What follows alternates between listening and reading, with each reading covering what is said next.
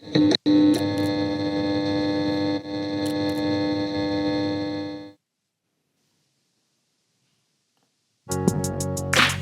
it's Sid and Deon, brothers on a comedy path. All jokes aside, we about to change the math. Real talk plus no filter equals not your usual chatter. From sports to politics, all subjects matter. Never shallow, we about to go into the deep end. Get ready to dive in, go ahead, grab a friend. Now this is grown people business, keep them kids inside. Now that's debatable, jump on, it's time to ride. Yeah, now that's debatable. Now that's debatable. Here we go. Time to start the show. Yo, we are not as debatable. I am Sidney Smith. That is Deon Curry. This is the first time that we are doing this show not live. So we are pre-recording the show right now. I paused there because all I heard was this rumble. I'm like, did the dogs get out? But I didn't realize the wife is home. This is the first time we're not doing the show live. It is pre-recorded. And Deon, the whole time you and I have been talking about doing this show for our first time this week, I've been thinking about what do we need to do? What do I need to change? What should I do? And the one thing I forgot was we needed to edit the intro so it does not say live on Mondays. So if it's all live on Mondays, that is no longer the case. We are no longer live. What's good, bro? How you doing, man? Again, I'm Sidney Smith. That is Deon Curry. And we're just happy to fucking be here on YouTube. And I did the other thing that I said I was not going to do, and I was going to tell you not to do. I just dropped an F-bomb. So we are going to be corporate now because now we're on YouTube, and I'm the first one to blow it. Go ahead, bro. How you doing, man? What's good with you? I don't know why you want to do a show with me without the F-bomb involved. You know, that's gonna be a short run messing with me. We are on YouTube, baby. We on YouTube. No, I'm in a good mood. I'm happy to be here doing the show with you, even though it's not live. But yeah, I'm in a good mood. We got a good show to talk about tonight. Yeah. I don't want to spoil. I'll let you divulge the topics, but it's going to be a good one. We got some conversation that needs to be had, some debate, if you will. 100%. Hey guys, this is your first time catching us. Now it's debatable on YouTube. Go ahead and click that subscribe button. We do appreciate it. We have so many different things that we're going to be offering you beyond just this podcast. We don't want you to miss out on any of it. If you do enjoy the show, we also wouldn't mind if you go ahead and you share it with some friends, let some people know how much you love it. And if you hate the show, share it with everyone that you hate. Let them just ruin their day too, just like we ruined yours. So either way, let's get the word out. Dean, I was telling you how pissed I was yesterday because someone came to my door. I don't know if anyone else ever has this issue. You put up a sign, no solicitors. You put it up there for a reason. So one, no one knocks or rings your doorbell and bothers you in the middle of your day because you may be getting ready to pour some champagne and make sweet love to your lady or to your man for you folks out there. Don't know what's going on. You may be someone that just the slightest interruption just may ruin the whole mood for you. I don't know who you with. I don't know what you got going on at your house, but you put this no solicitors sign up. Or maybe you're just someone who doesn't like someone come by knocking on the door because you got dogs and your dogs go crazy barking at anybody who comes along. So let me just put up a sign so that I don't have to swing the door open and say, what the F do you want? But people still come up and ring the doorbell anyway.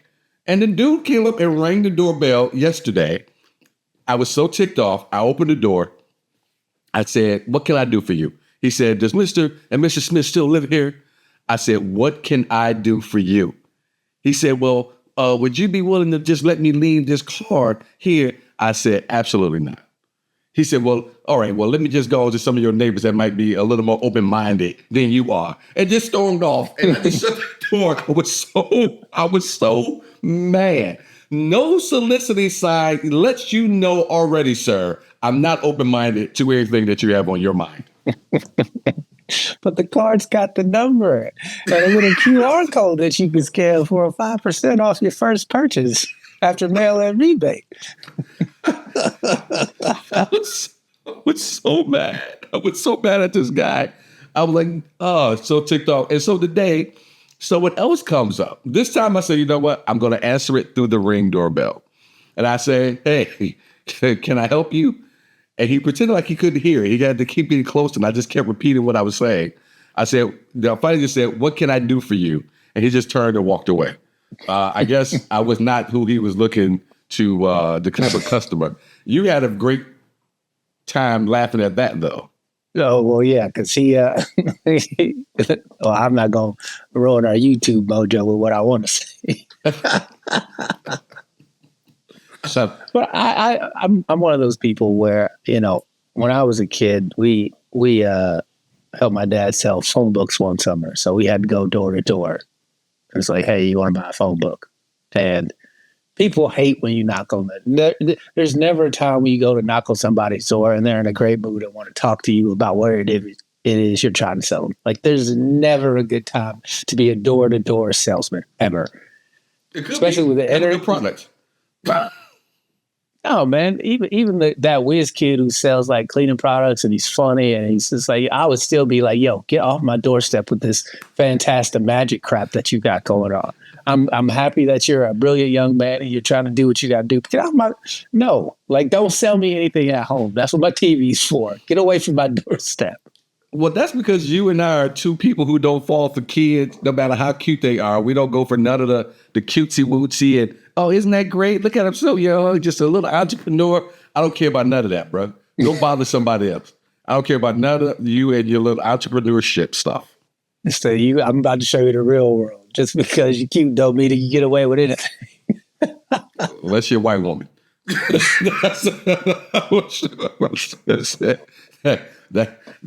That card trumps all other cards in the United States of Great America. So, hey, folks, again, Sidney Smith, Deon Curry.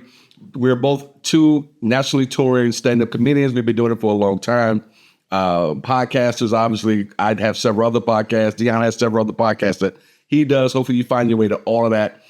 Just wanted you to know we're just not two random black faces that YouTube decided you should see, just so you know. And before we get into the rest of the show, if I may, shout out to everybody who's become a subscriber on the channel.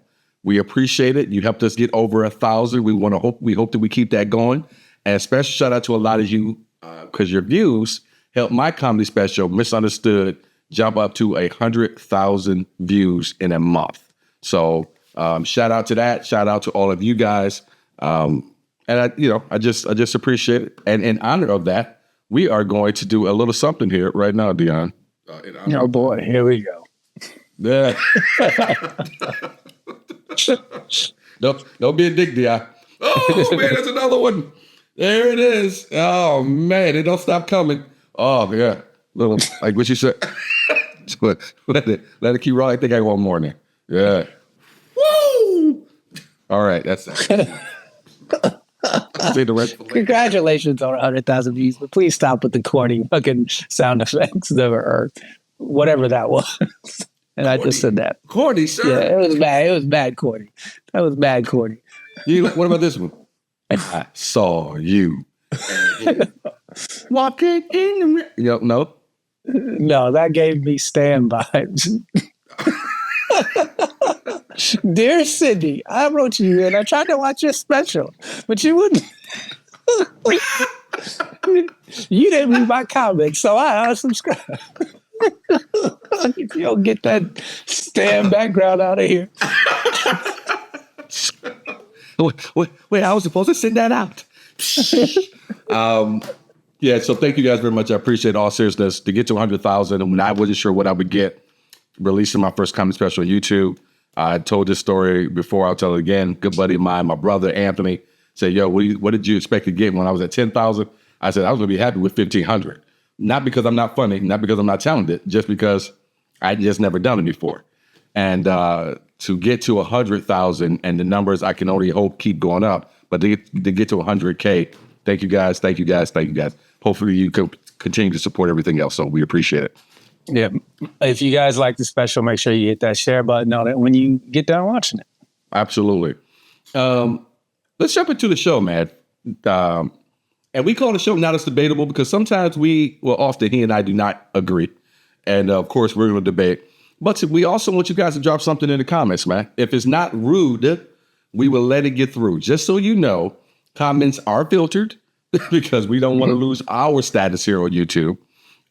So as long as it's not rude, if you disagree with us, throw it up there. We would throw it up there. We may even jump on there and go back and forth with you a little bit in the comments, a little bit as well. So we would love to hear from you. First topic, Deon and I will not agree on this. I will tell you this right now, and I can't wait to see what our viewers and our listeners are going to think. Caitlin, I'm going to say Caitlin. Caitlin Clark, Nike deal, $28 million over 8 years. I think that rounded out to be about $3-point-something million a year over an 8-year deal. Deon, I know where you stood. Let the people know where you stand. And then let's jump into this, man. Caitlin Clark, Nike deal, $28 million. Well, for me, honestly, I thought it was a little low, to be honest with you. $28 million for an icon seems cheap. Caitlin Clark is the LeBron of basketball, women's basketball right now, in terms of popularity and how many eyes are on her and how many people say that. But go ahead.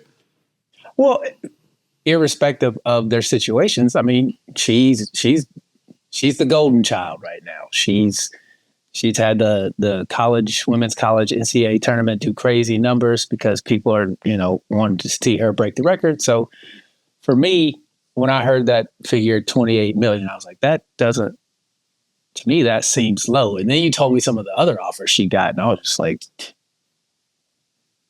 that to me sounds like the industry doesn't really think she's that great at basketball. Some of those numbers that you said, that told me is they think she's a fad, because those numbers are really, really low for someone who is as popular. I mean, she pulls people who don't like women's basketball and they watch.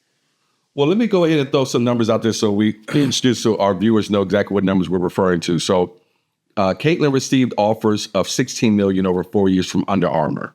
And she turned that down, which was more money over it was more money over a less period of time. A little bit more, but it was more. $6 million she was offered from Adidas over 4 years, which I don't even know why they even threw their hat in the ring. And so that's what we're looking at when we're talking about the numbers that Deon's referring to. Deon, go ahead. I'm sorry. Yeah, so $28 million to me for a rising superstar in the sport that's moving the needle when it comes to ratings. To me, that sounds like a bargain. I mean, Colin Kaepernick got $30 million out of Nike. She can't get $30 million over how many years? You said 6, 8. So, yeah, to me, that's really, really cheap. Now, compare that to her WNBA salary, and she's killing it. But at the same time, how much more attention can she, just her personally, can she bring? I mean, she's changed the numbers for the women's game. So why would, to me, 28 million just seems low. I feel like her brand is worth more than that, especially over 8 years. I thought it was more than enough. I know some people have thought it was too much money.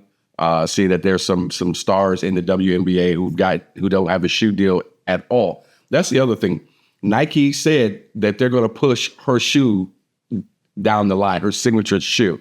I believe it was, I'm looking here. Adidas offers 6 for over the 4, but they said we'll drop you a signature shoe now. And I think it shows that she obviously must have some type of faith in herself and what she's going to be able to do in the league to say, look, you want to wait? You want to wait? I'll wait with you. And I'm sure there's going to be probably some more money attached to the shoe once that shoe is brought out, if people want to buy it, if people want to wear it. But I thought that was more than enough money for someone who hasn't really done anything within that league yet. When you're looking at that type of money and considering that the best player in the league, and her name is escaping me right now, I think it is Asia. Asia does not have any shoe deal of any sort, which people are trying to turn this into a race thing as well, which I think is completely missing the mark completely. Well, I don't think the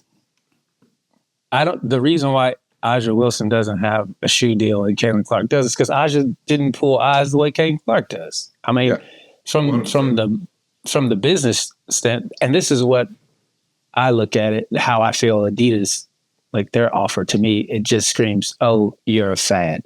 I'll give you $6 million for this quick little time that you're going to be popular, then you're going to go into the WNBA. You'll do your rookie of the year thing if you stay healthy, which I hope she does. And then, come year 2, no one will care because it's the WNBA. And as much as everybody wants that league to be super popular, it's really not. And to get, like, she's this, to me, she's like this spark that if they blow too much, it'll go out. But she does have this fire quality that if you can, keep that ember glowing and it'll grow into a giant flame. I really hope that happens for her, because I'm not a fan of women's basketball at all. But if she can help that sport grow, then that's fantastic for all the women that play. My nieces love basketball. I hate going to watch my niece play basketball, but I go because she's my niece and I love her. But if I'm being honest, as a almost 40-year-old man, women's basketball does not intrigue me at all. So for her to make only $77,000 her first year in the league, that just speaks to the markability of the league itself. Well, whereas Caitlin Clark she's outside of that. Yeah, I don't think anyone argues about the league and its popularity and the money that it brings in. The people who want to sit and talk about she's not making enough money and all these different things, you're just doing it, for clickbait. The league does not make money.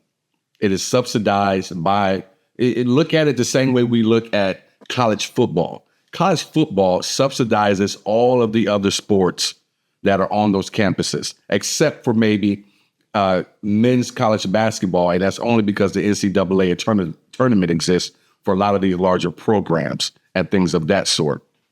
And those are far and few between. So that whole thing where she's only making $77,000, I'm so where's the money supposed to come from? And you and I always talk about this, and you're the first one to bring it up. No one goes to the games. You don't even support the teams. And no one seems to care except for the small minority that actually goes to these games. Now, you in Indiana, you guys drafted her. I am so looking forward to seeing, and I hope, because I'm someone who does like female basketball, I hope that she is a spark that gets the rest of the league up and going, and they do see more money, and they do see shoe deals and things of that nature. But I'm not laying my money on the line saying I'm going to see that happen. I want to see what those ticket sales are for the Indiana Fever a season from now, 2 seasons from now, if there's not a real push.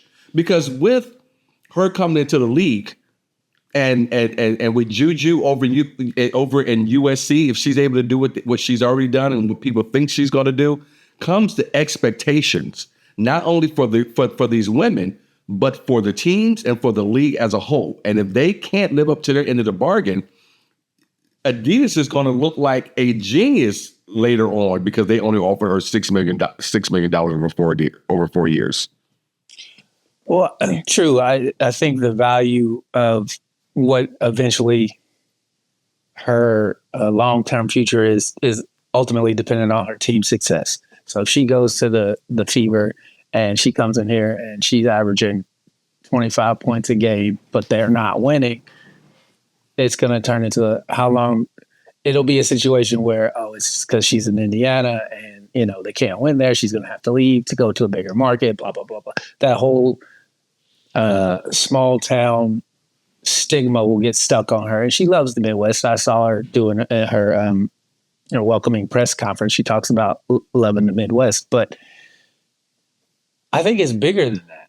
I think the fact the WNBA needs her to be a star because she is doing the Taylor Swift thing where people who don't watch football are now watching a football game because Taylor Swift might be there and they're going to show her for 9 seconds. And then the rest of the country's going to be like, oh, why are we seeing her? But her millions of fans are going to be like, oh, look, I'm watching something I never watched before because the person I like is doing it. And if she can do that for all the other female hoopers in the league to get eyes on them to where they can get brand deals, I think that's, to me, the best outcome for everybody. The crazy thing is, while I hope the best for her, she drove me crazy, absolutely bonkers at Iowa. I was so sick of her. I was so sick. And look, before people want to put in the comments, you don't like her because she was a woman and you think women should whatever, none of that is true. I've dated ballers, female athletes when I was younger and so on and so forth. I enjoy the female athlete. I enjoy the braggadocious that comes with a lot of them, because I feel like you have to believe in yourself, whether you're a ball player or you want to be the best surgeon on the planet. That has nothing to do with any of it. I found her especially irritating for a couple of reasons. One, she's an Iowa Hawkeye. I'm from Michigan, Sparty. All right, go Sparty. I hate anything outside of that. Michigan, Ohio State, Iowa. I'm making a certain allowance for Indiana because my brother right here lives up there, but they can kick rocks too. I don't care. The other part of it is, I know you don't care, but the other part of it is the whole comparison and her kind of buying into it and going along with it. Her comparing with Steph Curry, and look, she shoots shots from the logo, and all of this nonsense, all of this stuff. She just absolutely drove me crazy. And the cherry on the Sunday of the Caitlin Clark crap Sunday was when she fake flopped when the fans charged the stage, and she acted like she just got mowed down by a 300-pound defensive lineman. Just absolutely sick of her. So I'm glad you're in Indiana. I'm glad you're in the Midwest. I'm glad you're with this team that probably won't do dick anyway, so we won't have to look at you win any titles, because you're going to do what the Pacers have done. Absolutely nothing. Hey, whoa. Stay there. Whoa. Be stuck there. Calm down. When's the last time Michigan won anything? Michigan State, when's the last time? Have you won anything, sir, before you start talking trash? Have you won anything? The Fever got a championship banner. The team that you don't like is so important. No, you don't get to come back and talk about the team. I didn't go to the parade, but I know they had one. But with all that said, if Juju is as good as they say she is over at USC, and there's already talk that she will break all of Caitlin's records, she will be an afterthought very, very quickly. I'm glad she's got her money from Nike. I know, again, some people think it's a race thing. I do not. I think Caitlin Clark was just putting asses in seats. And at the end of the day, whether it's our business of comedy and entertainment or basketball, it's about putting asses in seats, man. I'm not going to say that it didn't affect the bottom line. Sure, her being white had a lot to do with it, because people who didn't watch women's basketball watched because Caitlin Clark was a star. People were told she was a star, and they tuned in to figure out why. I think if she was black, the people who would be on the fence, who were who could care less about basketball, probably wouldn't care. That's just the country we live in. That's fine. Wait a minute. Hold on. Say that again. How did you connect her getting a Nike deal and getting the money she got having anything to do with her skin color? No. She got the deal because of her popularity. Okay, what's her skin She's color? popular. She's popular because she's white as a white hooper. If she was a black female hooper, I don't think she would be as popular as she is. I don't. Okay, so explain to me again and to our viewers. Because I think that the average American who does not care about college sports but sees a all-American white woman, there's a resonance there. And so they pay attention to something they normally wouldn't pay attention to because there's a resonance there. Let me hear more of her story. I'm not saying every American, if Caitlin Clark was black and they would go, I don't want to hear her story. I'm saying the majority, the average American, probably would not care. That's just how I feel about my country. Deon, if a black female was putting up the numbers, putting up the shots, pushing along the sport the way it was, the NCAA would have been doing the same thing as far as trying to get that game out there and getting eyeballs on that game. She's out there and out in the forefront and getting the attention she got because the NCAA decided to finally put their fucking money on the table and put it behind the female game and push it. And not only push it just because of her, but push it because of Dawn Staley in South Carolina, push it because of Angel Reese at LSU. I mean, I don't think... Who did we talk about first? Second? Who did we talk about first? We talked about Caitlin first because we talked about it because of the deal. Okay, but she didn't win nothing. Bro, I'm sick of her. I'm not a fan. But we're still talking about the deal. And she didn't get the deal because she was white. I'm not saying solely because she's white. No, I'm saying it didn't hurt her. That's what I'm saying. Because she was able to attract the average person who wouldn't pay attention. Whereas if she was black, I don't think she would be able to do that. And this is what, and that's what I'm saying. I think if she's black and the league is pushing her out and pushing that team out there, and she's doing the same thing in terms of shooting and so on and so forth, they've been pushing women's basketball. They tried that with Candace Parker. They tried it with Cheryl Swoops. They tried it with Cynthia Miller. Swoops was very popular when she hooped, and it didn't matter. That's what I'm saying. That's what I'm saying, because the average person didn't care. Because there was no resonance with Cheryl Swoops for the average American. 62% of this country is white. So it's going to take more than just great ball skills. And then you've got all these super athletes vouching for her and saying she's the next X, Y, and Z. So she gets a lot more leeway than you saw what happened to Angel Reese, you know. Well, we are talking about the other part of it when we talk about Caitlin Clark, and I can't believe I'm arguing for this woman. She broke a ton of records, and Cheryl Swoops, who I'm a huge fan of, loved her, did not do a lot of those things. While she was one of the greatest players I've ever seen, female players I've ever seen, she didn't do it. She didn't break the records. She didn't shoot from the distance. I mean, it's the same thing with Steph Curry. I'm not mad at the era that Caitlin Clark is in. That's what I'm saying is that her whiteness benefits her, is what I'm saying. Because if you're gonna tell me she's gonna have a better career than Juju, is that what you're saying? Because that's not what I'm hearing. That's not what the females who play the sports. The word is Juju's gonna have a better career, is what I is. Okay. And I think what Juju will get will dwarf what Caitlin's got if Juju's career goes in the direction everyone thinks it is. Well, I think that depends on how well or how poorly Caitlin does. If she comes out and she's averaging 6 points and 2 rebounds and she's not moving the needle whatsoever, I think the money will dry up real quick because people that. I hate to say this, but it's a fad right now, and everybody loves a fad until it's bad. Everybody loved the Warriors until they did. Female basketball a fad. I'm saying the attention on the sport is a fad. I don't think people are going to watch women's basketball if Caitlin Clark isn't putting up outstanding up. She literally has to be perfect in order to keep the momentum going, and I don't think that's fair. But that's the reality of this, because I don't think all these people all of a sudden are women's basketball fans. If you took her away and you started the WNBA season, how many of the new eyes that are on women's basketball are going to leave because they were only watching it for her? You know what I almost just said? I said, all right, we're going to take it. Just get some comments in here. What's up with this? Oh, habits die hard. Oh, man. I'm watching the show, watching you, watching the clock, watching everything, trying to time everything out the way that I did before with the way with the old show. Because with the old one, we did it live and we took comments. Obviously, we're not doing that now. All right. Well, I guess we'll have to agree to disagree on this one. I think you're dead. You don't think her whiteness benefits her at all? You think it has nothing to do with her popularity whatsoever? I don't. I think even if it did, I don't think it's at the forefront or at the top of the list. I never said it was. I just said that you.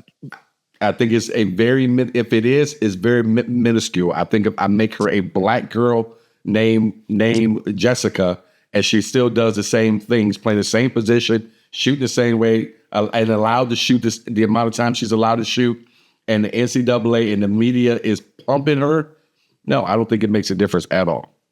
And now here's where I do think it makes a difference. I do think it makes a difference with Angel Reese and LSU and that rivalry that they had, and LSU or Angel saying that she was okay with being a villain and things of that sort, and da. I think when you have one person who says we're this is the way we're seen, we're okay with being seen this way, I do think that the rest of the world or America does try to look for whatever the opposite of that is going to be on the other side of it. What I do think got lost in all of it and I hate that it did, not that it was that it was forgotten. I don't think it got as much shine as it should have gotten the entire season, was the fact that you had South Carolina go undefeated all year long. I think that should have been the top story, more than people were looking forward to that Caitlin Clark LSU Angel Reese rematch. Okay, so she's so great that she wins all the time. Yet she never won a championship. So she's the greatest female women's basketball player of all time, allegedly, that never won. So she just ran into two buzzsaw teams, and she's like, "All right, I'm going to the pros." Is that the idea that her marketability and her whiteness don't go hand in hand is like, how could you have that stance? How could I have that stance? Because we have a ton of people who've been marketed. They were not white at all. Aja, you said Aja Wilson is like the best WNBA player, and she don't even have her own shoe deal. You just said at the top that Aja, is it Aja or Aja? I think it's Aja Wilson. You just said at the top of it, Miss Wilson has not brought the eyeballs to the game that Caitlin brought. Right, but what I'm saying is that she's a better basketball player, right? And what I'm saying is in the league right now. Yes. And what I'm saying is Caitlin's a really, really, really, really talented basketball player. But there are people who don't give two shits about basketball who are watching Caitlin Clark play basketball because she looks the way she does. That's what I'm saying. And I'm saying to you, you've had that whether you're black or white in female and male sports. There's people walking around right now wearing Jordans who don't know how to dribble a basketball. Right. You're saying her whiteness. I'm not saying that Caitlin's whiteness is the attributing factor to her greatness. That's not what I'm saying. And I hope that's not what you think I'm saying. I think you said it because that's what I heard you say. But go ahead. Go ahead. No, because I didn't say that. I change it up. I'm saying her marketability, her ability to attract people who don't care about basketball is affected by her whiteness. And that if she was a black woman like Aja Wilson, who was really, really good at black basketball, the average person who doesn't care about basketball is going to look at her and go, I don't care. Because that's the country we live in. This is the shit that you frustrate me with. I love you to death. You're my brother. You frustrate the shit out of me with this. Miss Wilson is not getting a shoe deal because she did not bring the eyeballs to the game. Look, you could. Why not? Why, if she's a better basketball player, why didn't she bring that? You have to ask those people. If for the same I'm asking you. For the same reason WNBA doesn't sell tickets. Why is that? Because they got a league full of black girls playing basketball. That is not why. Because people like you don't like to watch. I don't like it. Because it's not entertaining to me. Okay, but that has nothing. Don't try to say it because they had a league full of black girls. That has nothing to do with it. You've already signified that there are better basketball players than Caitlin Clark. So what I'm saying is, as a marketing standpoint, the reasoning behind the idea that, let's take this little bright ember that we have and blow it to the biggest flame that we can. Her whiteness does come into a factor. I'm not saying it's the first factor. I'm not saying it's the biggest factor, but I'm saying it does matter because the average person in this country, America, is white. And on average, being white and having a story, it's easier to gather eyes that would normally look, see, and go, I don't really care about that because it doesn't look like me because it's outside of my normal. You know as well as I do. That's what you said. You know as well as I do. You're all over the place tonight. You're all over the place. All over the place. You're all over the place. You don't even like to watch the league. And then you're going to sit here. Right. And then you're going to tell me that they don't get people who want to watch the league because there's a bunch of black girls out here playing basketball. No, I'm not saying that's the reason why people don't watch it. I'm saying that's a factor. You keep putting words in my mouth. I'm explaining. I didn't put the words in my mouth. Repeat what you said. Okay, so say it in the context that I said it. You're going to rule the day that we have a show producer that can go back and play the tape. You're going to rule the day. I'm not worried about it. I'm saying, one of the factors that the average American doesn't watch women's basketball is because there's a bigger competitor out there that has all these amazing athletes, right? And then you have a female league that's mostly black. The average person doesn't give two shits about. We all know that. I don't know why we are acting Because like if I this. change it to a league that's mostly white, they're not going to start watching the game more. I didn't say that. I said They that. stop bringing that race up. They stop bringing the race up then. How can you say race isn't a factor in America? When has anything happened in this country where race hasn't been involved? Name one time. My God.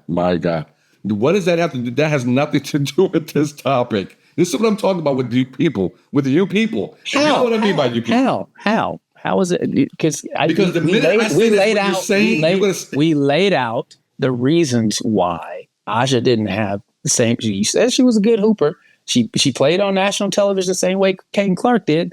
So we lined up all the factors and then we compared the differences. And one of them being the skin color.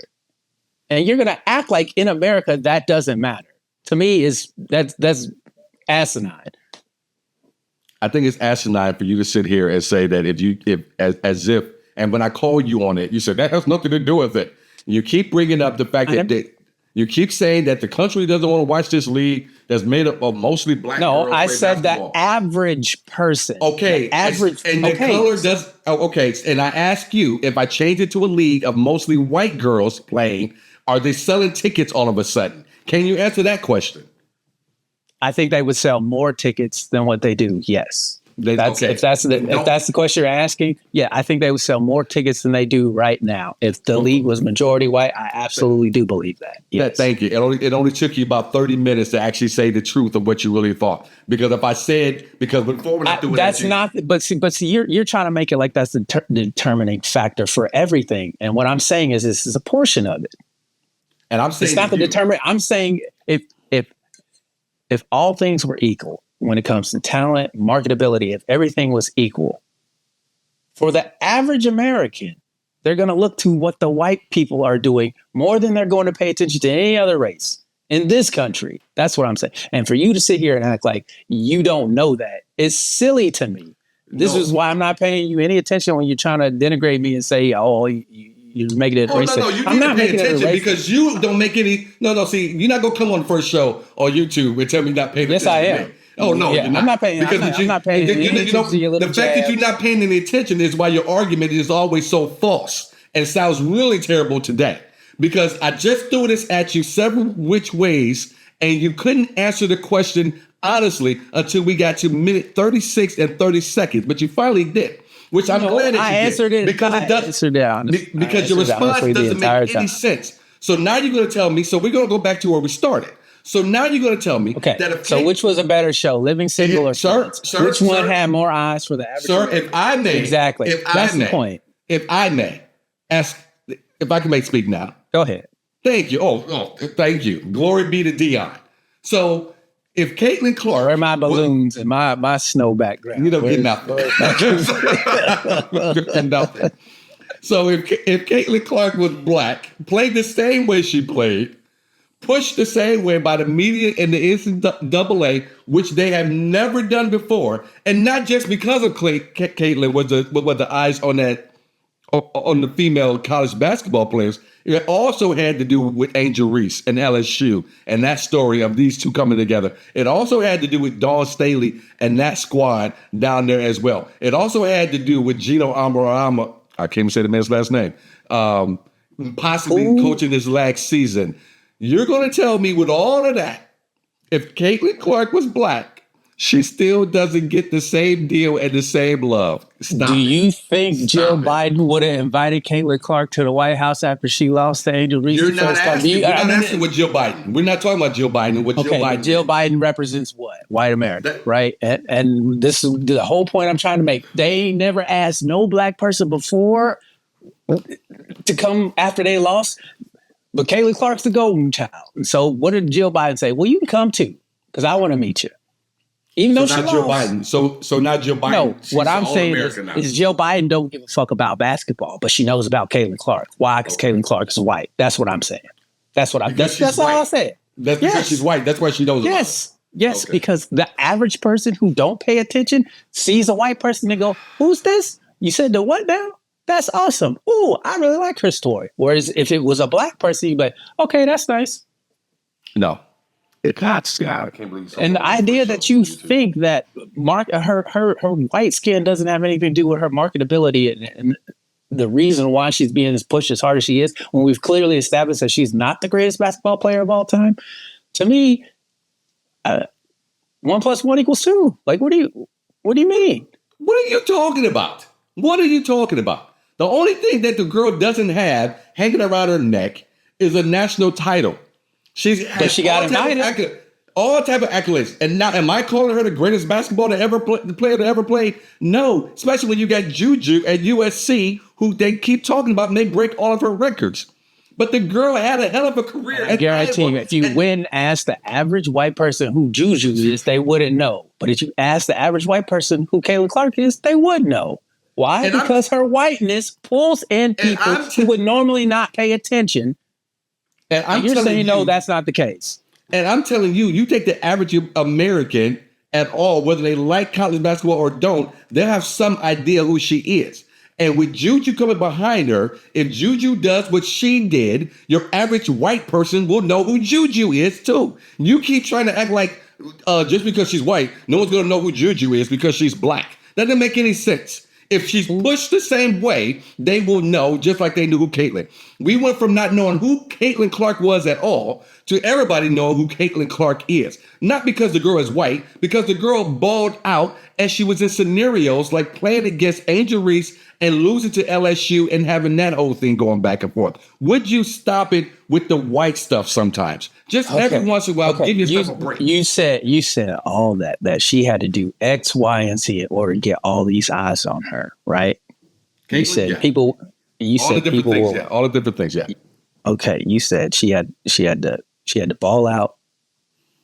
She had to get supported by all these other basketball players, right? She had to get pushed by the NCAA. So you telling me that the girls that came before her were not as good as she was at basketball?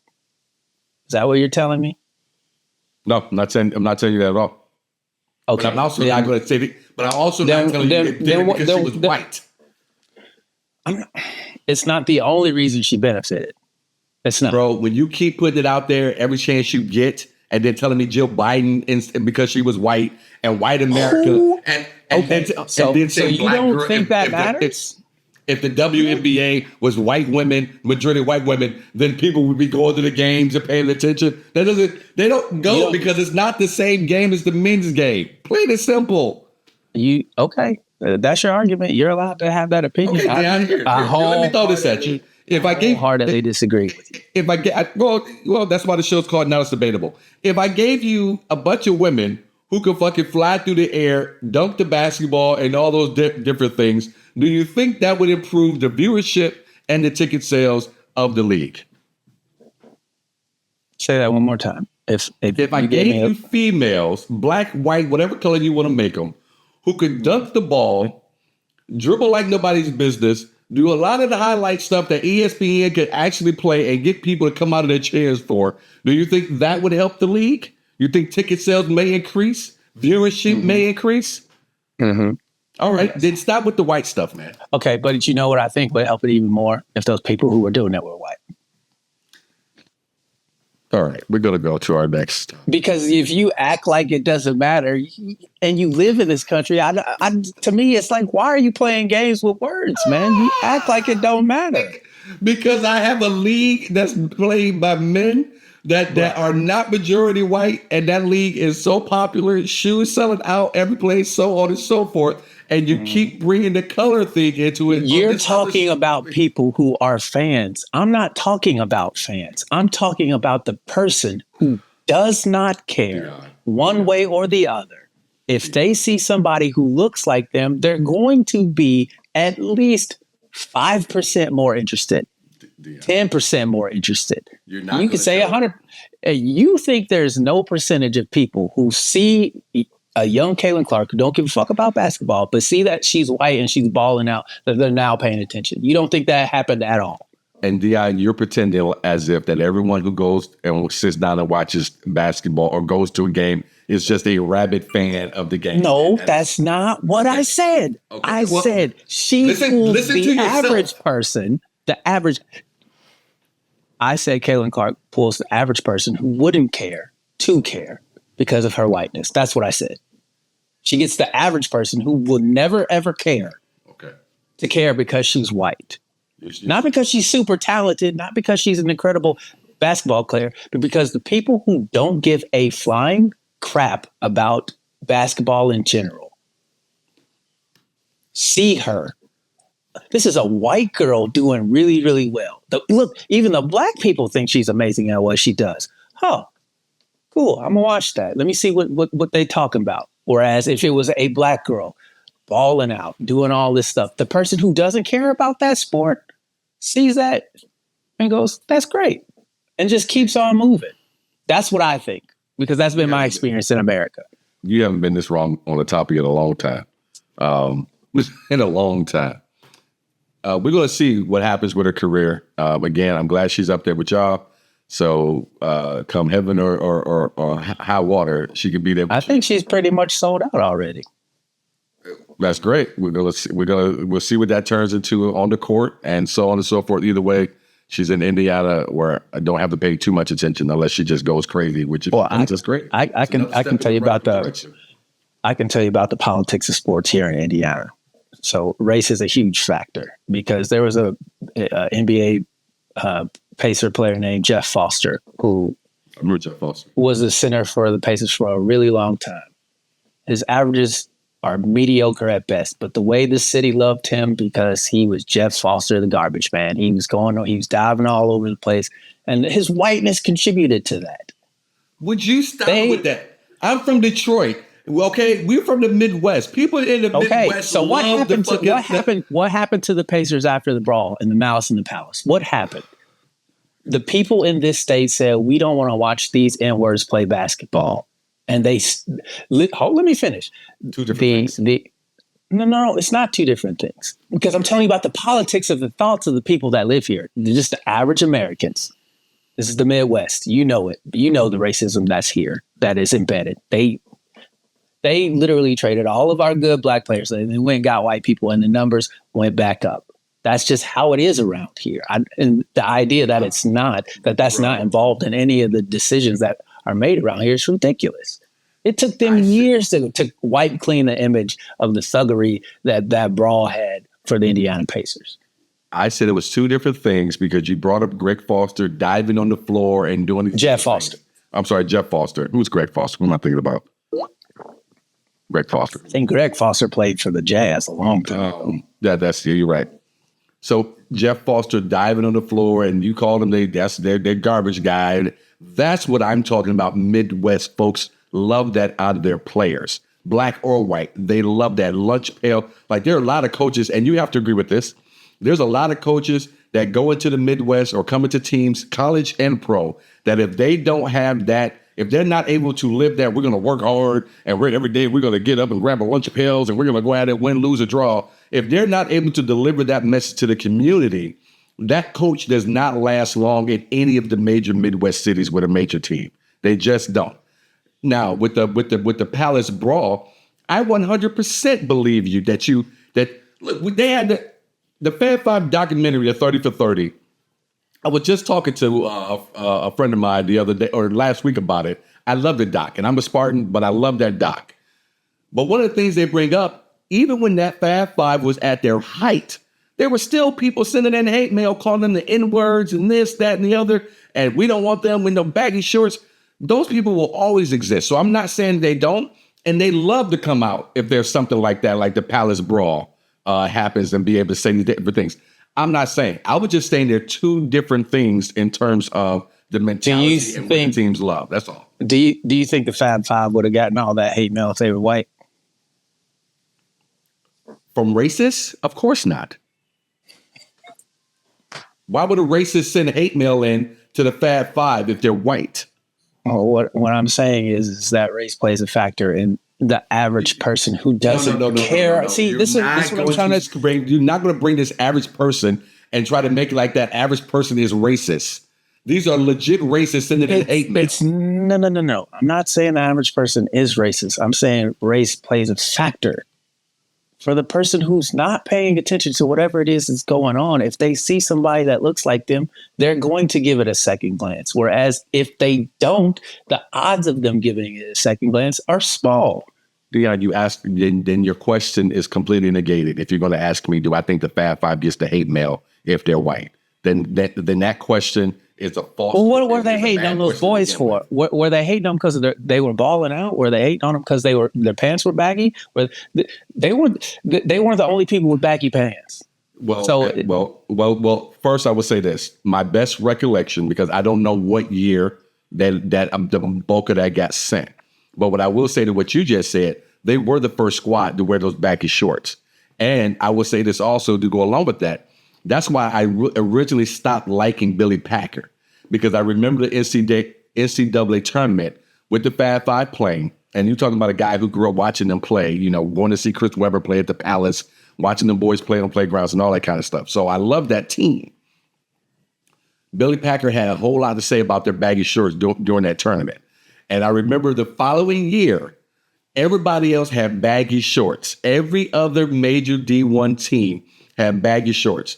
And I remember Billy Packer doing a Texas Longhorn game and commenting on how much he loved the uniforms. He loved that new baggy style that the Texas Longhorns were wearing versus what he had to say about it the year before when it was only Michigan wearing it. So do you think Billy Packer is more like the average American or not like the average American?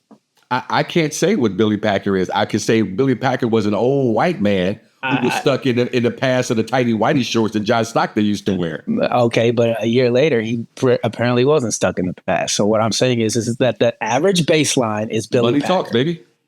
Okay, so the average baseline for America is, I don't like that.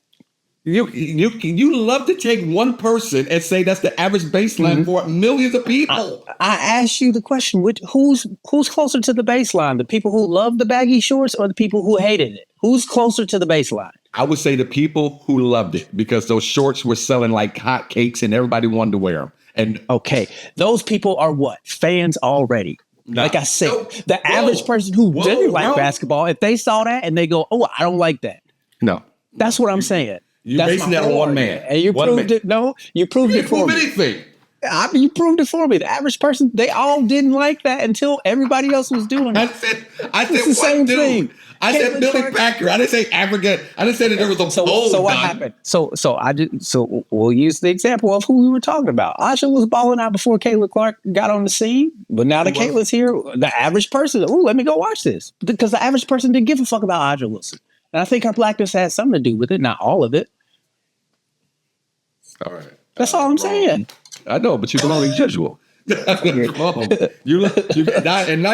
wrong? You proved my point. You made Billy Packer the voice of America. I hope you never open up a poll company where you go out and do anything, because I can count that you only go to talk to one person, and that will be your baseline. No, I'm just saying, people in Billy Packer's age, their average response was that. The average person is what I'm talking about. You don't. I'm not talking about. Yes, I do know that, because there's always a select group of people who will rock with black people no matter what they do, right? But I'm talking about the people who, on average, don't care It's not that they're racist. It's just they don't care. That's my point. I'm not saying they're racist. I'm saying they genuinely don't care because it doesn't pertain to them, and that's fine. But to say that her whiteness doesn't have anything to do with her marketability is ridiculous. It has a lot to do with her marketability, if not a little bit. And yeah. And the minute I say make her black, all of a sudden you're like, yeah, she doesn't get a $28 million deal. She doesn't get marketed. No one cares. The average person just doesn't. All of a sudden everything changes because she's black. And I say you're dead wrong. And you would think that you was some old black man from the 50s stuck somewhere down in the South somewhere. Let's put up the poll and find out. How about we do that? Let's make a poll. And we don't need to make a poll. People who are watching the show, please go right there to the comments. We would love to hear what else you have to say. But if all you want to say is if I'm right or if D.I. is wrong. I agree with Sidney or I agree with Deon. That's all you got to write. Just I agree with Sidney or I agree with Deon. Yes. Let us know. And we would like to hear why. Just start it with I agree with whomever, and then let us know. No, I don't need to know why you agree with me. I already know why you agree with me. I didn't know. This is open communication. It's open communication. What do you want? Deon, just see, this is Deon's problem. People are going to agree with me because I'm right, and people are going to agree with you because they don't like me, which is fine. That's it. I agree with Sidney. I don't like Deon. Yeah, that's what it'll be, and I'll be okay with that.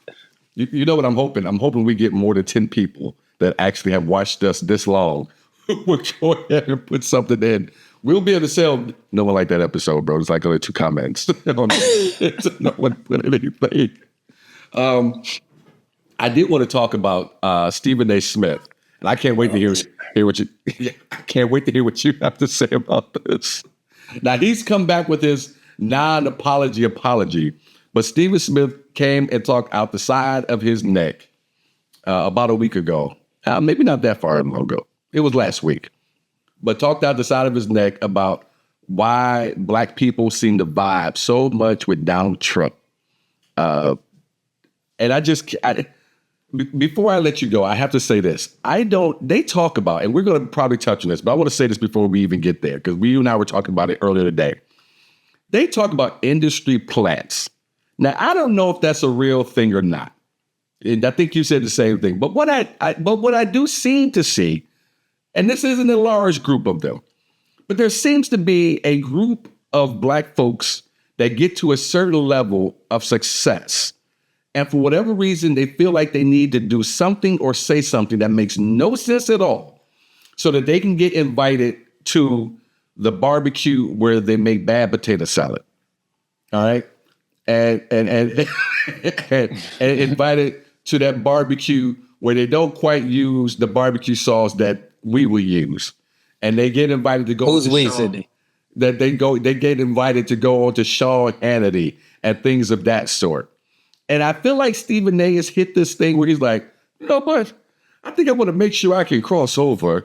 Let me just say some shit out the side of my neck that's going to get everybody upset, but that will get me invited to these particular shows so that I can go on and I can spread my brand a little wider than I've been able to. I don't know if I'm right or if I'm wrong, but as Stephen A. would say, I'll let you know when I care about what you think about what I just said. Deon, what you? It's a pretty good impersonation. I'm not gonna lie. Thank you. Thought I was listening to his podcast and I had to turn it off. What you think about Stephen A. talking that stupid shit? To me, it was. I really hate non-apology apologies. Don't come out and say we misconstrued your words because we heard what you said. To me, that's the biggest insult of all of this is for you to come here and sit in my face and tell me I didn't hear what I just heard out your mouth because I watched what you said. You ain't had no business on Sean Hannity anyway. He ain't a sports show. So what is your opinion? Who nominated you for any Negro Summit? We don't need to. You should be talking about sports, Stephen A. You go on your podcast and you can talk about all that. I don't want you. There's nothing good you can do on Sean Hannity. None, because you know what Sean Hannity is about. And this, to me, that was the biggest insult is you know what Sean Hannity's program's been about for all these years while this clown's been running around being a clown. And for you to go up there and act like, oh, he's going to somehow change all of Black America's mind with he's not a bad person and we should just give this guy a chance crap. Get the hell out of here. Black people don't resonate with Trump because he's been what's the word there you using? He's being persecuted. He's being persecuted by the criminal justice system. Why would black people see Donald Trump going through his court cases and be like, oh man, I feel bad for him? Why? He had 5 black people thrown in jail for years over some bull crap. So why would they make it make sense? And you know all this, Stephen A. So that to me, that was the biggest issue was the fact that he didn't hold himself accountable for the knowledge he already had about the person he was talking about. And he's from New York. It's like you already know what this man has done, what he said, and the attitude that he's shown towards us. So for you to say, "Oh yeah, there's black people getting on the side because he's going through criminal trials just like we do," no one cares that he got himself in that trouble. Black people get persecuted because they ain't doing nothing but being black. Donald Trump is in court because Donald Trump made a bunch of bad decisions and got caught making those bad decisions. Look, black people, and you and I, you guys have figured this out as we go through the year, but Deon and I are heavily into politics. We love it. He's closer to being a socialist. I'm closer to being I am a socialist. Okay, he is a socialist. I'm closer to being a Republican, even though I left that party and I'm now an independent conservative. But what I will say is, for me, I'll speak for me, I don't vote straight ticket. So I will go, like I voted for Kristen Sinema, senator here in Arizona, and I couldn't be more pissed off with that vote, seeing what a couple of different things that she did when she got her ass in the office. But sticking to what we're talking about now, I'm going to touch on one thing real quick, the Central Park 5 thing. And when you talk about that and you bring that up, Donald Trump still refuses to say he got that wrong. He still refuses to apologize for trying to play a strong implement role in those young men getting what they got, which was not justice. I'll say that. The other thing with Stephen A. Smith, and Ryan Clark put this probably more succinctly than I will, but to say that Donald Trump or that black people vibe with Donald Trump because this man is in the legal system and going to court cases and may be found guilty, hopefully, in my opinion, for a few different things, you're selling black people short, very short, as if all we care about is, and all we can relate to is how you're being treated by the court system, especially when what's happening to you is by your own hand versus what happens to a lot of us when you're talking about dealing with the criminal courts. You know, no one else could stand up before the judge would say, all right, everybody get the hell out of my court. No one else could go out and talk trash about the judge and his family without going off to jail and a lot of other things we see. So to sit up there and try to parallel one with the other was, again, absolutely asinine for Stephen A. to do. I'm not going to tell the man that he only needs to talk about sports, because you and I talk about things well beyond just what we do for a living, which is stand-up comedy. The one thing we don't do, and I pray to God, because you can never tell, is, you know, a long forever, eternity is a long time. But the one thing we don't do is sit here and try to pander to get other people who don't look like us to bring us on and to love us. And that is most obviously what he was doing. And the apology, just shut up. I know you have a hard time just being quiet, but you were better off just being quiet. It's better to be quiet too late than to not be quiet at all. In the case of this Stephen A. Amen. I think its biggest issue is that silence says everything. Because if he does shut up, then he has to admit that he was wrong. So he goes on the apology. And again, for the life of me, if I'm Stephen A. Smith, what am I doing on Sean Hannity? For what? What is the benefit to my community? You know, you don't need to go into Sean Hannity spaces and win anybody over, because they can go watch you on ESPN. So the idea that you're going to go in there and you're going to say something so profound that's going to make the average Sean Hannity viewer go, wow, I never thought of that. The idea that Sean Hannity is going to let you do that in an interview on his show is so freaking bananas to me. So there's no reason for you to go on there and to put your foot in your mouth the way you did. And then to come back to us and go, look, y'all, that's not what I was trying to say. This is what I was trying to say. And y'all know for a fact that blah, blah, blah, blah, blah. It's like, no, we don't give a crap about them shitty shoes. We don't give a crap that he's paid money to a porn star, and now that's why he's in court. We don't care about him and his bozos storming the cap. We don't care about none of that. Has anything to do with the black community. That is a strictly them issue. That ain't got nothing to do with us. That don't affect our day moving forward or backward. So this whole idea that he's winning votes, he's getting people who were undecided to go and vote for him because he's going through something. To me, what black person do you know in your life, Sidney, who's seen somebody on TV go through something that didn't look like them, that didn't act like them, and they go, oh, that resonates with me. I'm now a big believer of that. I've never seen that happen in my life, and I'm almost 40 years old. The visit to Sean Hannity didn't make sense, like you said, because we already know what Sean Hannity is about, what he has been about, the type of things he's put out, not only concerning Trump and black people, but about Barack Obama, the things that he's had to say about Barack as well. So all of that stuff.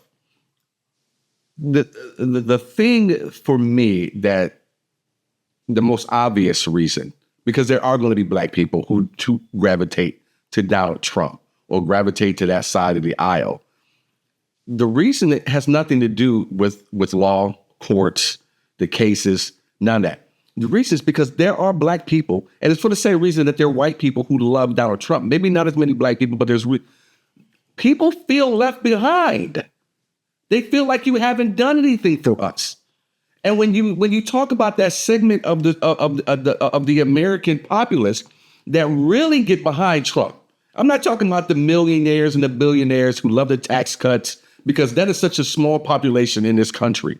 I'm talking about that rural. And they talk about it all the time.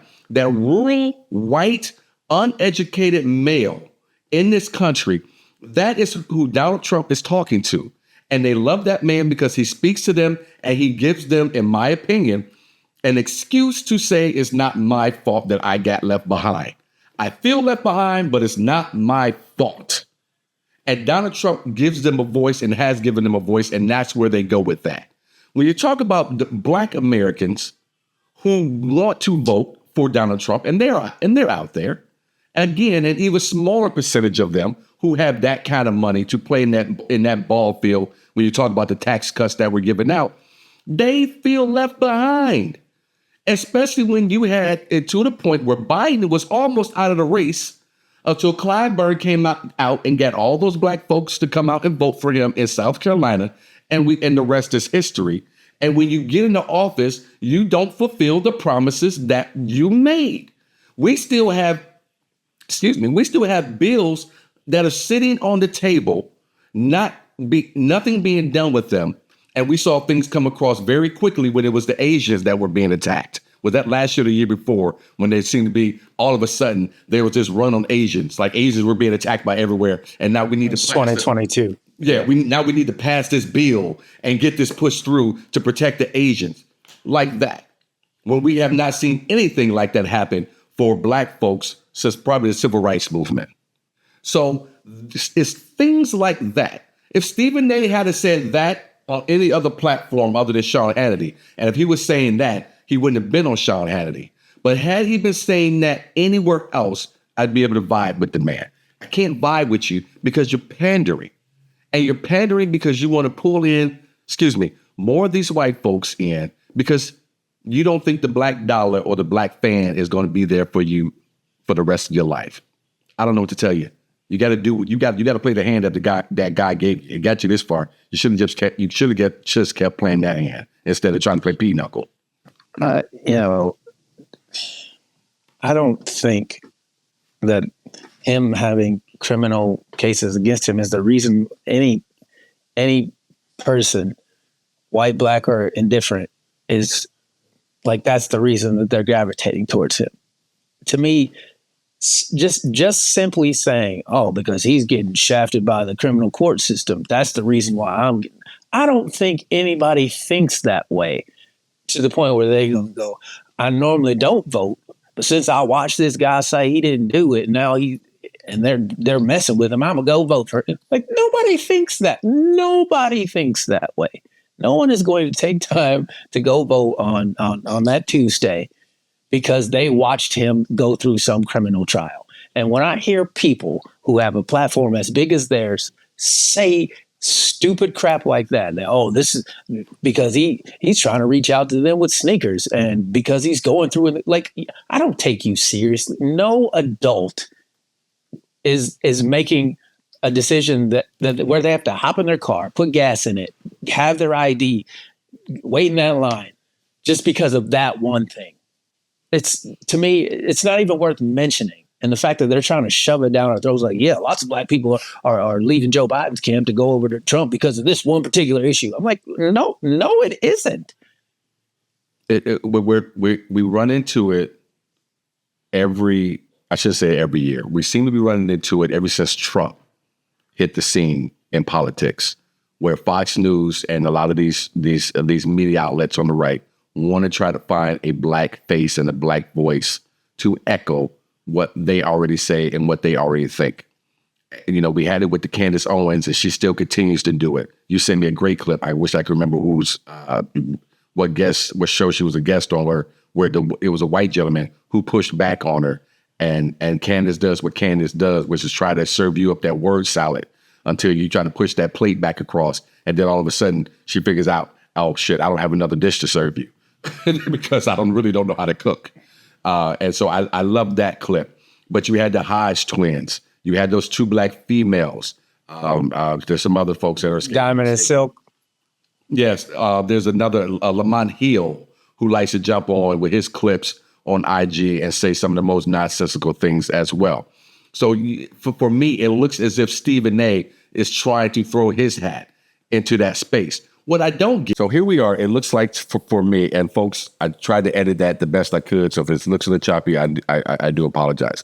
So here we are. What it looks like to me is Stephen A. Smith is trying to make his attempt to throw his hat in the ring to go ahead and be that black face now. And what I want to know is who on his team of all those folks did not tell him he should not go do that? Because I think he's been on the Sean Hannity program more than just that one time. Who told him he should not do that? And then who on the team said, you might have fucked up. Now you need to come out and at least try to make some type of apology. I don't know how that even happens when you have people around you who should be there to protect you from yourself. Well, but he should have been able to watch the Stacey Dashes and Omarosas of the world. I forgot about him for him to think that he was going to be anything other than one of those people when he's over there in that space is asinine. Yeah. You whitlocked yourself. You don't even like Whitlock, but you went over there and you whitlocked yourself for no reason. Yeah. To say something stupid to black people who are already on the fence about some of the bullshit that you've said over the years, and to go over there and further do it and then double down on a bullcrap apology, get out of here, man. You're being a clown for no reason, and then you're asking me to respect your clownship. Like, stop, bro. Just if you're gonna be a clown, but don't act like you're holier than thou when you try and go do the Candace Owens, Stacey Dash, Omarosa, Ben Carson, what's the man who died, the pizza man, you know who I'm talking about, and all the long list of paraded black faces that they shuck and jive out for that group of Americans in rural parts of this country who need to see a black person being agreed with. And, oh, yeah, they think just like me, so they're all like that. I don't understand. Like, I don't know why you went over there and shucked and jived on Sean Hannity thinking that you were going to do anything other than embarrass yourself. Because there's no way you go on that show with a clear conscience in mind and think that I'm going to win over people who are on the fence about me. I was going to say, for people out there who don't know, I told you guys in the earlier part of the show, we're both professional comedians. And one thing comedians do, especially if they're friends or as close as Deon and I are, and you should have been able to tell because we were yelling at each other and it didn't come to fisticuffs. Or he ain't talking about my mom and vice versa. Is somebody will say something and you'll think, oh man, I wish I'd have thought of that. And I just had that moment when you said, you whitlocked yourself. such a good line. You whitlocked yourself. And it is crazy because he was just going after Jason Whitlock like 2 or 3 weeks ago. And you turn around and thought, you know what? Jason may have the right idea. Let me go over here and get in on some of this, on this white bread I'm over here eating with mayonnaise. I mean, from what I hear, the checks are fat, but they don't last long because you tokenize yourself. And then, 3 or 4 years later, you're going to be asking yourself, who's taking care of Diamond and Silk? Well, one of them's in the ground and the other one we ain't, don't nobody. So this whole idea that I'm going to go on Sean Hannity and explain to him why, I'm going to explain to Sean Hannity why black people are resonating with Trump. That was your mission? Or you were going to somehow explain to Sean Hannity that black people, well, they kind of see him getting screwed by the criminal justice system, allegedly. And so, yeah, that's happened to somebody they know. And so I think that's the reason why, if you look at these polls, that his numbers are going up. When in reality, no one gives a rat's ass that he is facing criminal prosecution for his own actions, and that's the reason they're voting for him. To me, that whole argument, everybody who's involved in it should be slapped in the face. Like, none of you are serious people, because the average person don't care. Here's the other thing, Deon. This is another reason why it did not make sense for Stephen A. Smith to go on the show for that topic. The percentage of black people who are willing to vote for him is not large enough to make even a fucking real kind of difference. This is not even a discussion, especially when we have what happened between Donald and Hillary. What happened, which was Hillary's going to win. Hillary's going to win. The polls are saying it. And then, oh, look who we got as president, Donald Trump. We're so far out. How much more evidence do we need that the polls get more wrong than they get right this far away from the election? And again, coupled with what I said first, there's not the number of black people who are saying they like Trump is not large enough to even care. Why would you put yourself in that position? It's always been one of those things where Stephen A. has espoused himself to be some type of expert. You know, he's the highest paid employee at ESPN, so he thinks highly of himself. I did this. So when you get in that space and you think that I can go over to Sean Hannity and say whatever I want, and then I can come back on my show and try and clean it up. It's like, bro, I don't know who you think you are, but everybody who's gone over in that space and then tried to come back over here has never made it. You can't go over there and then come back over here. You can't go over there and stink up the joint and then come over here and try to tell us what we heard was wrong. Mm-hmm. You lost your mind. And for somebody who is as intelligent as he is, who was able to take himself from being a staff writer at the Philadelphia newspaper to becoming an $8 million employee at ESPN, clearly tells me that this guy has something going on upstairs, that he's able to figure out how to make smart business decisions. So what? Go ahead. I'm sorry. Go ahead. I cut you. So why he would go over to do Sean Hannity? To me, it's just not a smart business decision. You're not getting those people back. The people you lost when you went over there and showed your ass, they're not coming back when you go back to your own space and say X, Y, and Z. You lost them over there. And you can't get them back over here. Yeah, and not to mention with everything that we learned here over the last couple of days with the old publisher of the National Enquirer, I'm sitting back now and what about that? I don't know. Oh shit! So the Pecker, I can't think of his first name, but his last name is Pecker. He and Donald Trump go way back to like 2009 when he first bought the National Enquirer, and Donald, had congratulated him on it, and they stayed friends over the years. There was an agreement between Donald Trump, Pecker, and Michael Cohen that they would plant stories in the National Enquirer, kill stories that were going to go against Donald Trump and plant stories. So the whole thing where they were pushing the Ted Cruz's father was there with Lee Harvey Oswald. He came out and said, we took one picture and photoshopped them together. All the different stories that he was putting out about Ben Carson, about, I think Ben Carson left a sponge in someone. Ben Carson is a world-renowned surgeon. Ben Carson left her. If there was anyone that Donald Trump and his team thought was getting the best of him in a debate or otherwise in the polls, they would plant a story in the National Enquirer. They would come together and do this. Marco Rubio, same thing. So now you fast forward now to 2024. I wonder what these idiots feel because they've been worshiping at the temple of Donald Trump of all these years. Most recently, Marco Rubio was like a month or so ago. Ted Cruz for this entire time, talking, even when Donald Trump made fun of your wife, called her ugly, is still worshiping that. So here it is, this man who beat you when you were getting the best of him. He beat you impartially because he was planting stories and they were killing stories. There's a story that a doorman at one of the hotels, I think it might have been Trump Tower, knew that Donald had got another woman, a maid, in one of these hotels pregnant, while Barron, the last son, was very, very young, got her pregnant. They paid him off so that they could kill that story. and had him, I believe, sign a contract or some type of paper saying that if he went somewhere else and sold it, that they would penalize him $1 million. He would have to pay them $1 million, something along those lines. So it's a whole thing is all coming out now in that case in New York right now in Judge Merchan's court. I look forward to seeing what comes out tomorrow and what comes out Friday because they're putting Pecker back on the stand. He hasn't been cross-examined yet, but it has been pretty fun to kind of watch the details roll out of what was being done during that election of 2015 to 2016 during that period. So if you transpose all that to what Stephen A. Smith went over there and said is that because he's going through all that, he's gaining popularity in the Black community.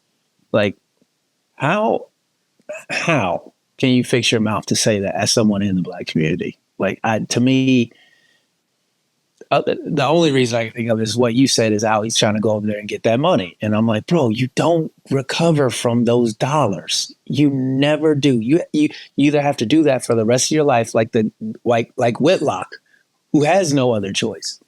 Whitlock don't even want to be Whitlock anymore. Mm-hmm. But there ain't nothing he can do about it. You think Jason Whitlock is happy? He's miserable. You can look at him and see no one will touch him. You think he wants to be doing that little rinky-dink show he's doing? No, I would agree with you. But he went over in that space, and he knows ain't no coming back. So why you would even go check the temperature over there with Sean Hannity? You playing with fire, bro. Why would you burn yourself like that? And the crazy thing with Jason Whitlock, you said it, is nobody will touch him. But he did this to himself.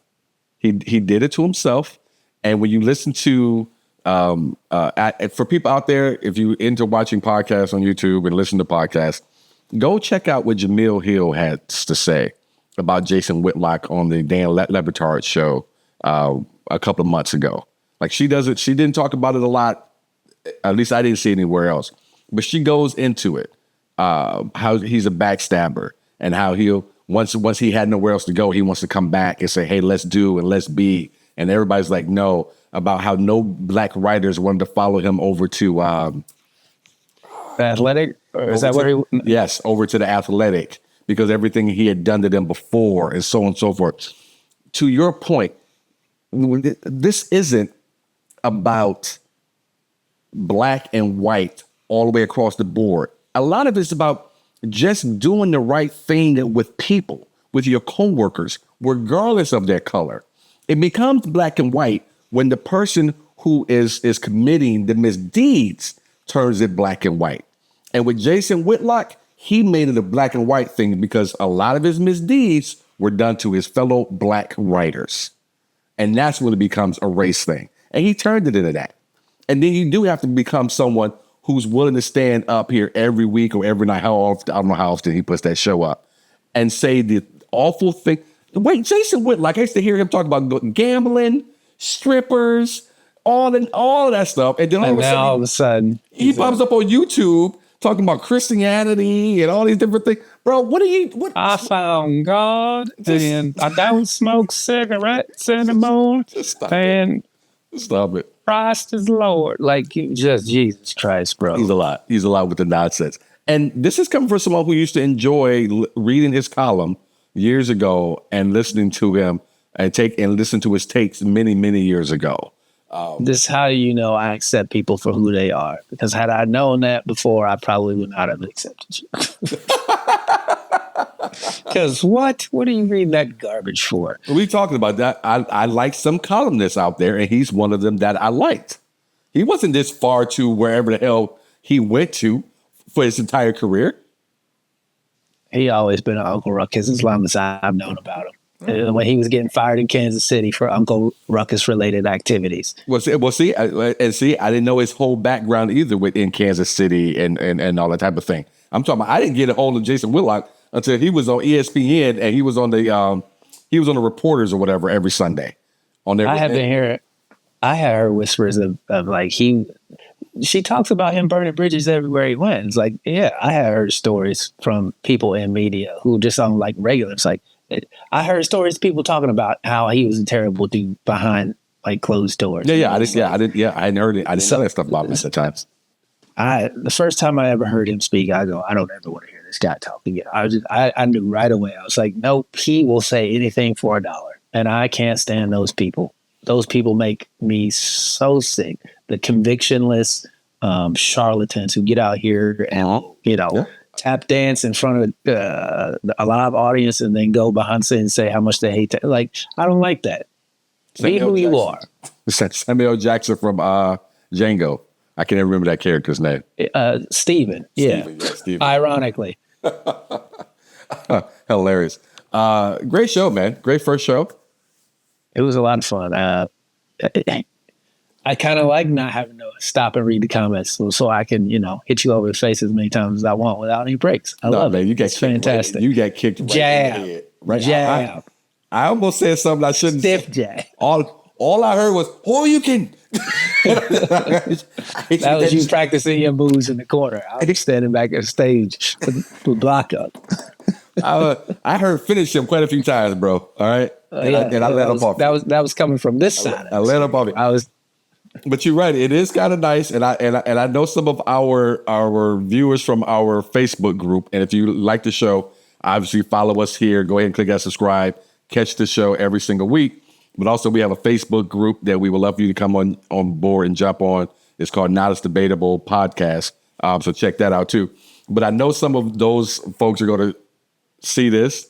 We miss you guys. We really do. We're not saying that we don't, but this did take us back to our black and white days, which is our first. Well, no, it wasn't called Black and White. That was Our World Black and White. Our World Black and White. That was our very first podcast we did, where we didn't do any of the discussions with any of the group. So it did kind of feel like that again, and it feels like our phone calls for the most part, where we yell at each other. Yeah. I say, why are you calling me? And you say, because I need a friend. And I say, I don't, go call Caitlin Clark. And on that note, man, we are going to get out of here. We will see you guys next week, man. I've been Sidney Smith. That, sir, has been Mr. Deon Curry. We are master debaters right here on Not As Debatable. Again, don't forget to give us that subscribe and don't forget to share it. You guys have a great week. We'll see you next one. You're a real dick right there, boy.